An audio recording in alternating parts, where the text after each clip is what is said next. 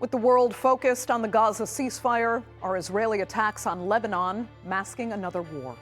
Civilians and UN peacekeepers have fallen victim to multiple violations in the south of the country. Lebanon's leaders have called on U.S. diplomats to intervene.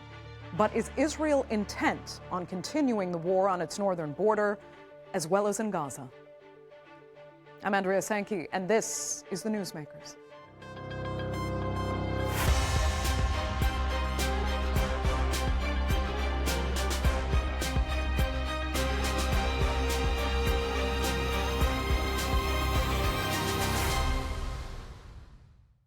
Well, 11 months after a ceasefire was signed, Lebanon is still under attack. Civilians have been killed, infrastructure severely damaged, and on Monday, the EU condemned Israel for firing on a UN peacekeeping mission. This as the clock ticks away on a U.S. and Israeli demand for Hezbollah to disarm. And though the Lebanese army has made progress destroying the group's weapons supplies, Israel says Hezbollah remains an existential threat. Meanwhile, Israel's persistent violations of Lebanon's ceasefire have many worried that the Gaza ceasefire will suffer the same fate or even worse. Here's a look.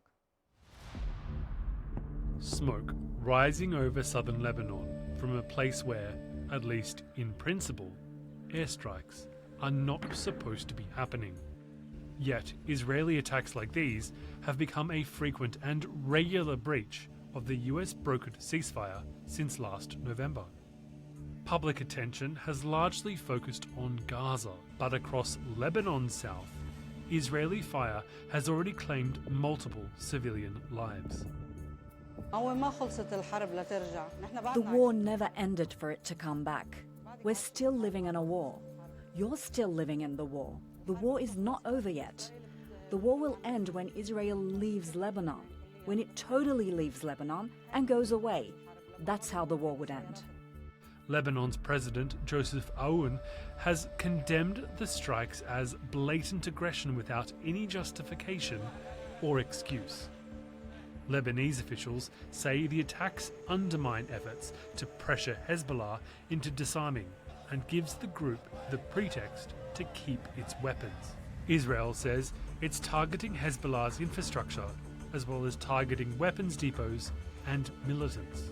But a recent attack on a civilian factory tells a different story. There is nothing in this complex. You see it clearly. It produces asphalt and concrete. It's one of the biggest asphalt mixers in Lebanon, producing about 200 tons an hour. Farmers in the region say their homes and livelihoods have been devastated. Whatever house was still standing or land was still in good shape, they razed. They pulled the water pumps out from the ground and destroyed them. All the irrigation I had in the ground is broken. I have nothing. No irrigation, nothing. So we have to stay here entire. If it wasn't for that, we would have returned. The house is gone. Israel accuses Lebanon of its own violations. But according to the Lebanese army, it is Israel that has committed more than 4,500 breaches since the ceasefire began, killing almost 300 people and injuring hundreds more. No Israeli deaths have been recorded. For some analysts, the ceasefire has become a test case for any future Gaza agreement. But if a ceasefire involves constant airstrikes, regular casualties, and almost no accountability, is it truly a ceasefire at all?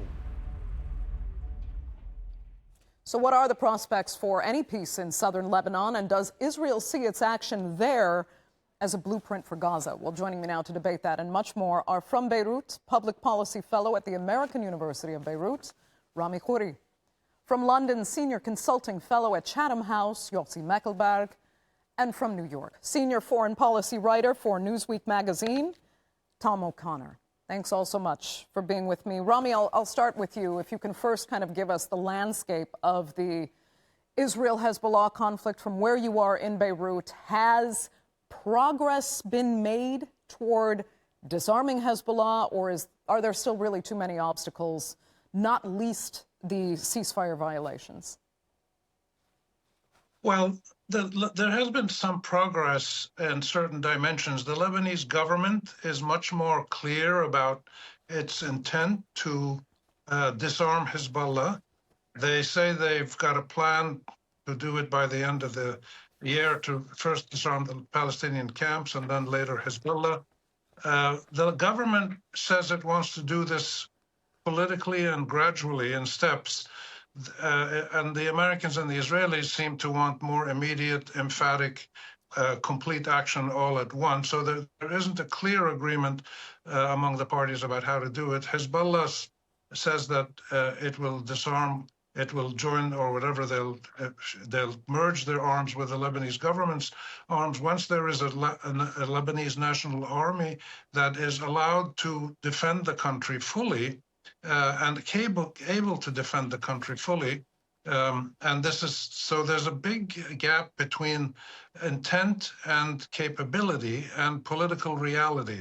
And the Israelis have been attacking Lebanon nonstop since the ceasefire, and hundreds have been killed, and they've destroyed much of this housing and facilities right along the border in South Lebanon, creating an informal buffer zone of destruction.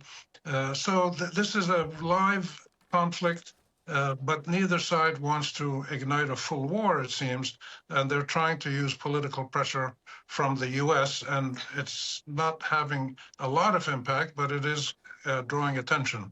Okay. So you're saying they don't want another all-on war, but they're still exerting this time pressure, Rami, and some Lebanese leaders are now saying that these Israeli attacks are actually really hindering their efforts to disarm Hezbollah.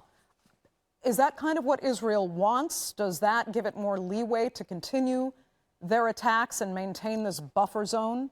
But at the same time, is that a risk of pushing it toward another war with Hezbollah? Well, that risk has been there for the last 30, 40 years. And all the years that I've lived in Lebanon, there's always been antagonism with Israel, stress, tension, and active warfare.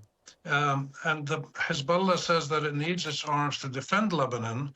And, you know, the Israelis and the Americans say, well, they have to get rid of their arms. Otherwise, Israelis are going to try to get rid of their arm by igniting another war, destroying the South, or whatever or the Bekaa, whatever they feel they need to do. So this is really not a dialogue that is going to move very quickly or emphatically, and all of the options are available. Either keep talking, or have a limited buffer zone, or do an occasional strike. All of these options are open, and they've all been done before, so there's nothing new here. And I think that the answer to your question is it'll be difficult to have a Lebanon-Israel full truce or peace until the Palestinian-Israeli conflict is resolved. Okay. Which is big ask. Then in a minute, I want to move on to Lebanon's internal dynamics and what the Lebanese people, as well as their leadership, currently wants. But first, let me ask Yossi, because Yossi, you've always said that the power broker here is so often the international pressure, mainly from the United States, as per what Israel does in Lebanon. So do you think the U.S. representatives, at least in Beirut, mainly Morgan Ortagus, are sympathetic at all to Lebanese authorities, and do they want to prevent Israel from further attacks? I think they do. I think sometimes we forget it. Until the 1970s, this was the quietest borders for Israel, while the other borders were always on the verge or involving in an active war. This was a quiet one, and still between the instability in Lebanon and the kind of forces there, this became a very volatile border. Hezbollah itself planned before October 7, long before that, something very similar. So Israel has reasons to worry about this border. However, the problem, especially with this Israeli government, but not only, even some of them before, is that they have only one modus operandi, which is using force. So when sometimes it's time to hold fire and let the dynamics within Lebanon to work actually in Israel's favor, allowing the government in Lebanon to disarm or part of the dialogue within Lebanon to run its course in a way that actually serves Israel works instead of strategically, it works all the time tactically. So if they realize there is a target there, the foreign intelligence let them know that there is the target, then they use force, let alone also holding territory within Lebanon, is the case in Syria as well, refusing to understand or deliberately refuse to understand that by doing that, they actually give the raison d'etre for Hezbollah to continue its existence as we know now. Right. But there are those who argue that they need Hezbollah as an enemy on the other side of the border in order to maintain their political existence. But we'll talk about that again in a minute, Yossi. First, let me just ask Tom, as we keep coming back to the line that, so much of the power here really lies in the hands of those in Washington. What do you think this administration really wants to see as far as Lebanon-Israel relations are concerned? Sure. Well, certainly, the administration has been open in wanting to see and take advantage sort of this moment in the region in order to establish a new sort of relationship between Lebanon and Israel. That's still far away at this moment. And I think what it takes is some sort of appreciation for Hezbollah, not as necessarily a paramilitary organization, but also as an element of Lebanese society. I mean, Hezbollah has a massive support base. It's not going anywhere. I think that certainly it's been shaken by this conflict and the results of it. But where do we go from here? I think that in order to convince the Lebanese people, and especially among Hezbollah's support base, that it can be disarmed, what you'd have to see is a greater role taken by the Lebanese armed forces and the Lebanese government in order to maintain some sort of protectorate role, take control of Lebanon's security. The Israeli strikes are not obviously helping that, because they've basically caused this sense of uncertainty in Lebanon and throughout the region, including among Arab countries. We saw what happened in Qatar, for example. Israel continues to strike Syria. And of course, there's still an open question of the future of Gaza. So I think what the administration will have to do is really not just to engage with Israel and perhaps some of the more friendly voices in Lebanon, but take a more whole of government and a more deeply rooted approach to Lebanon, wanting to maintain the cohesiveness of the society in order to come with a new framework, which I think there are many people in Lebanon who'd like to see that. Right. So, Rami, let's look further then at the internal Lebanese dynamics here. First, let's talk about the leaders in power. Do those powers in Beirut want Hezbollah not just to disarm, but actually to disappear altogether? And are there members that could cynically work with Israel to that end? Well, there's several questions in one there. I'll take the last one first. The expression they want Hezbollah to disappear is like the expression people use in Israel or the U.S. to destroy Hamas. You can dismantle these organizations, but the political sentiments among millions of people that gave birth to these organizations and the Israeli policies of attacking Lebanon and attacking the West Bank and expanding settlements, if those policies continue, there will still be millions of Lebanese or Palestinians who will support their groups who are doing what they call resistance. So it's a chicken and egg situation. So Hezbollah came into being in the early 1980s, and they came into being because the government of Lebanon was not able to protect the country from continued attacks by Israel, going back to the late 60s, early 70s. So this wasn't just a Hezbollah problem for Israel. You had the PLO before, you had leftist nationalist groups in Lebanon. So this is a much more complex and older dynamic. But yeah, the simple answer is that if the Lebanese government and army were able to protect Lebanon, then there would be no need for Hezbollah armed movement. And they've said that they're willing to integrate into a national army under the leadership of the army chief, named by the government and responsive to the government. So it's kind of a chicken and egg. And it's a difficult. The Lebanese people, on the other hand, are very divided on this, as they are on many issues, on sectarian grounds, on ideological grounds, on self-interest grounds, on many different bases. You have a lot of people who support Hezbollah who or not all Shiites, most of them are Shiites, but some others support them. And you have many people who say, look, we've had enough wars with Israel, and we've suffered a lot, and we don't want to keep this process of warfare and destruction going. So this is a constant debate in Lebanon, but the reality is that the ordinary people don't have the power to do anything about it, as most Arab citizens in Arab countries don't have the power to change their government's policies.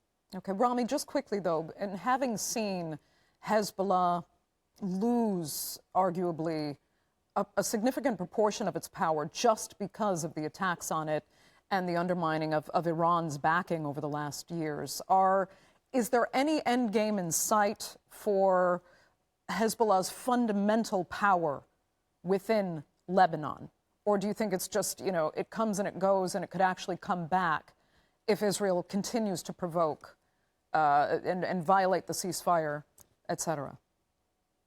The answer to that is nobody knows other than a few people in Hezbollah. They're clearly reorganizing, repositioning themselves, recalibrating their system, reorganizing their intelligence protection system. They don't want to be engaged in perpetual warfare with Israel. They know that the Israeli and American combined power is way stronger than anything that they can defend. Nobody in the Middle East can defend against Israel and Israel and the United States together. So the argument about dismantling, demilitarizing Hezbollah, dismantling it is not one that should be taken at face value. There has been progress by the Lebanese government negotiating with Hezbollah in the last 4 or 5 months to get the Hezbollah forces and armaments and arms depots out of the very south of the Litani River. So they've made progress there, and they've talked for the last 20 years, 25 years. There was always discussions in their national dialogue about doing this. And the president of Lebanon has repeatedly said this, we're going to achieve this through a political dialogue. It can't be done by force. Okay.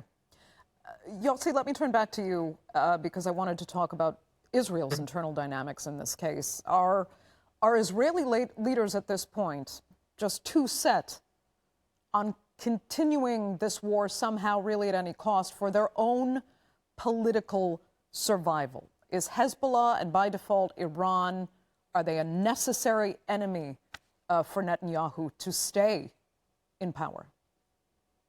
I would say it's not only Hezbollah or Iran. It's for this government, keeping at least one front, if not more than one front, alive, so to speak, helps them to stay in power. Otherwise, what's the point in having an extreme right, forgive me, right-wing government? Because they're characterized by two things. One, everything is a risk and there are no opportunities. And the other thing, they're ruled by fear. If people see the opportunity for peace and live and coexisting in the region, why do you need leaders like Netanyahu or the Ben-Gvir or the Smotrich? Because they want to take the risk and they want the population to live in fear and believing that there is the only way in the relations with whether Palestinians or Syrian or Lebanese. And there are no diplomatic solution to any of this conflict. And that's, Israel entered into election year, but this time, the latest, next year, Israel must hold elections. And this is the kind of the toxicity that we are going to see throughout the election. I'm afraid that even the opposition will be afraid, considering the way that this government behaves in the kind of the discourse that they instill within the Israeli society, will be even afraid to offer a viable alternative than to fear and no risks. Yeah. Tom, let me ask you this, because we also had this other element of UN peacekeeping forces actually being fired on. These are forces that have been delivering medical aid to civilians as well as, humanitarian services that are pretty desperately needed. So why is Israel after them as well? And could that at all kind of turn any sort of international public opinion further against Israel, or is it so far on the margins that it's not really counted? Well, there's been a long-running debate when it comes to the role of UNIFIL, Lebanese in South Lebanon, how its relationship with Hezbollah, its relationship with the Lebanese government, its relationship with Israel. Israeli officials have always criticized UNIFIL. They've always seen it as an illegitimate, essentially, force, one that's ineffective and allows Hezbollah to maintain freedom of operation, essentially, across the south. So it's not necessarily surprising to see Israeli actions that that disrupt UNIFIL activities. I think that as far as the international community is concerned, UNIFIL was seen as a very necessary step after the previous wars in just looking to maintain some sort of buffer zone between Israel and Lebanon. But it's remained an open question. UNIFIL isn't necessarily there to enforce the peace. It's there to monitor, it's there to identify, and it does essential work there. But there still needs to be a greater, means for an end game there, which has never surfaced. And I think that Israel wants to see a more pronounced sort of effort from the Lebanese armed forces, not UN peacekeepers, to disarm Hezbollah south of the Litani River. I think that a lot of the international community would like to see that, but it is, it's a tough situation. I've spoken with UNIFIL leadership and UNIFIL folks on the ground, and they're in a tough spot. Yeah. I mean, and Tom, is the action that, Israel is taking against UNIFIL also setting an example for any potential for an international peacekeeping contingent in Gaza, even if just to deliver, humanitarian aid on a wider scale? What is it saying about the chances of that really being effectively happening in the near future? Well, I would say it definitely depends on the composition of that force. When it comes to broadly international organizations, we've seen them caught in the crossfire in Gaza, various groups, including UN agencies, medical workers. So, this is, been an unfortunate reality of this conflict and many others around the world. But if we talk about an international, stability force comprised of Arab countries, countries either with Israel has relations or wants relations, that becomes politically complicated. As I mentioned before, the Qatar strike caused a lot of trauma across the Gulf region specifically about their security vis-a-vis Israel. Israel wasn't viewed as a security threat to them by and large. Now I think there are questions about that. So, and we saw obviously Prime Minister Netanyahu come out and apologize. I think a lot of that sort of served as the prelude for the peace agreement actually coming to fruition, at least the first phase of it. I think Israel will have to calculate very carefully when it comes to security of the Gulf countries, because there is also, of course, a direct link there to Washington, which enjoys relationships with these countries and sees them as rightfully so as stakeholders in the region's future if they step up. But in order to step up, they're going to need that sort of feeling of security, especially if they're going to operate on the ground there. Yeah. And Rami, quickly, what are the general sentiments toward having peacekeepers, an international peacekeeping force in Lebanon? Is it valued there? Do Lebanese people see Israel's attacks on these UNIFIL forces that are mostly delivering humanitarian aid kind of stuff, doctors, veterinarians? How much of an affront do the Lebanese people see that targeting of an international peacekeeping force? Yeah, I don't know if peacekeeping is the right word. They're really more like, Tom, I think, so they're more like an observation force, a monitoring force. They're not there to fight with anybody in Lebanon who's causing problems. They've been generally well received by the local population, partly because they've implemented, social development projects. They've helped villages build water tanks and stuff like that. They do go and check out when there's an attack by somebody. They send a report back to New York. So generally, they're seen as something that's pretty positive in Lebanon, but they're not seen as a decisive actor in the political or military battle. And on the other hand, the Israelis, broadly speaking, the government of Israel has always disliked the United Nations, whether it's the peacekeeping forces or it's UNRWA or whatever. They don't want anybody interfering with Israel's ability to micromanage the movement of people and arms and equipment or whatever anywhere around Israel's border. So they'd rather get rid of the whole UN, and they've they pushed the Americans into supporting them on some of these Yeah. things. But Unifil generally is a positive element, but it's not decisive. It doesn't prevent any war. So very quickly for Yossi, I mean, they are there mostly in a humanitarian capacity because they're not in a combat role. Why is Israel so insistent on even derailing just what they're doing on a civilian level?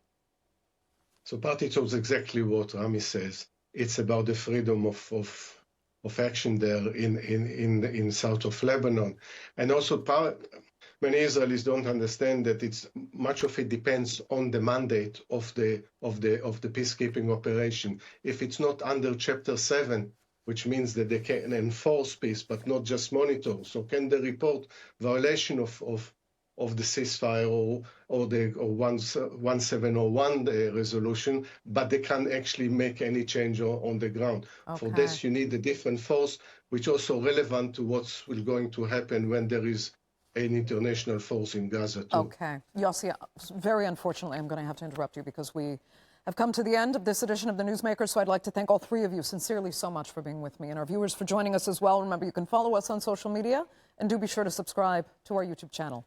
I'm Andrea Sankey. We'll see you next time.